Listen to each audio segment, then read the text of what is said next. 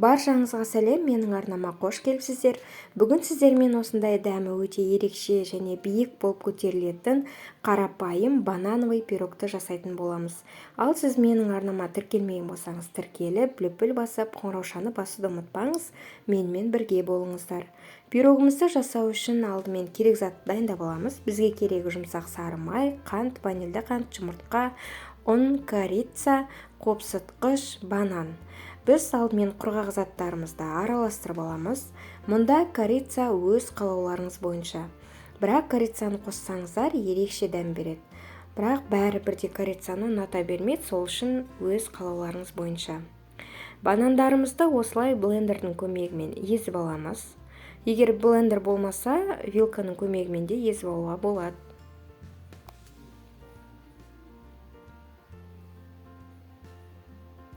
Мінекей осылай езіп дайындап қоямыз.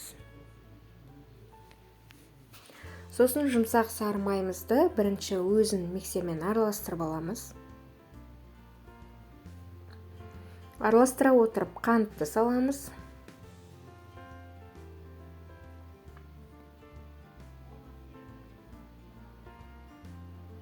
Сосын ванильді қантымызды саламыз.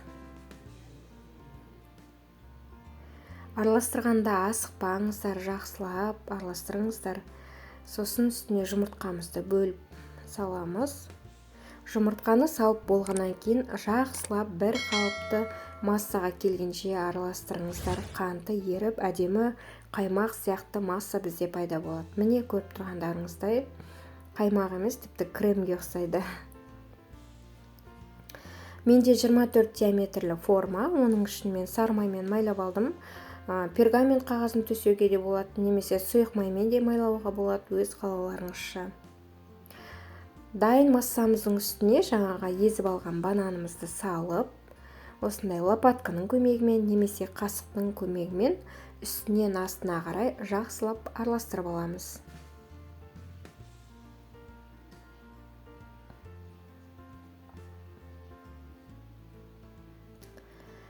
Сосын құрғақ заттарымызды салып, үстінен астына қарай асықпай әдемілеп бір қалыпты болғанша жақсылап араластырамыз.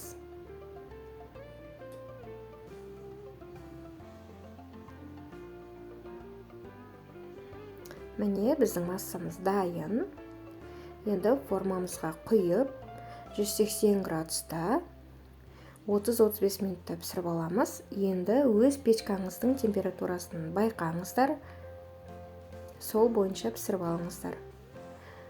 Осылай массаны салып, негізінде қалауларыңыз бойынша екі бөліп ортасына банан салып жасауға да болады. Менде банан аз болып қалды, сол үшін мен тек осылай массаға қостым. Массаны құйғаннан кейін осылай шетін бір-екі айналдырып, столға ұрып жіберсеңіздер, бір тегіс болып шығады. Мінекей біздің пирогымыз дайын. Өте керемет болып шықты, көтеріліп. Әрлеу жағы енді өз қалауларыңыз бойынша. Қант ұнтақпен сепсеңіздер болады, банан қойып, өз қалауларыңызша. Менде қалған крем болған, мен сол креммен осылай әрлеп қойдым. Мінекей достар, біздің пирогымыз осындай болып шықты. Міндетті түрде жасап көріңіздер, жұмсақ, дәмі ерекше пирог. Менімен бірге болғандарыңыз үшін рахмет.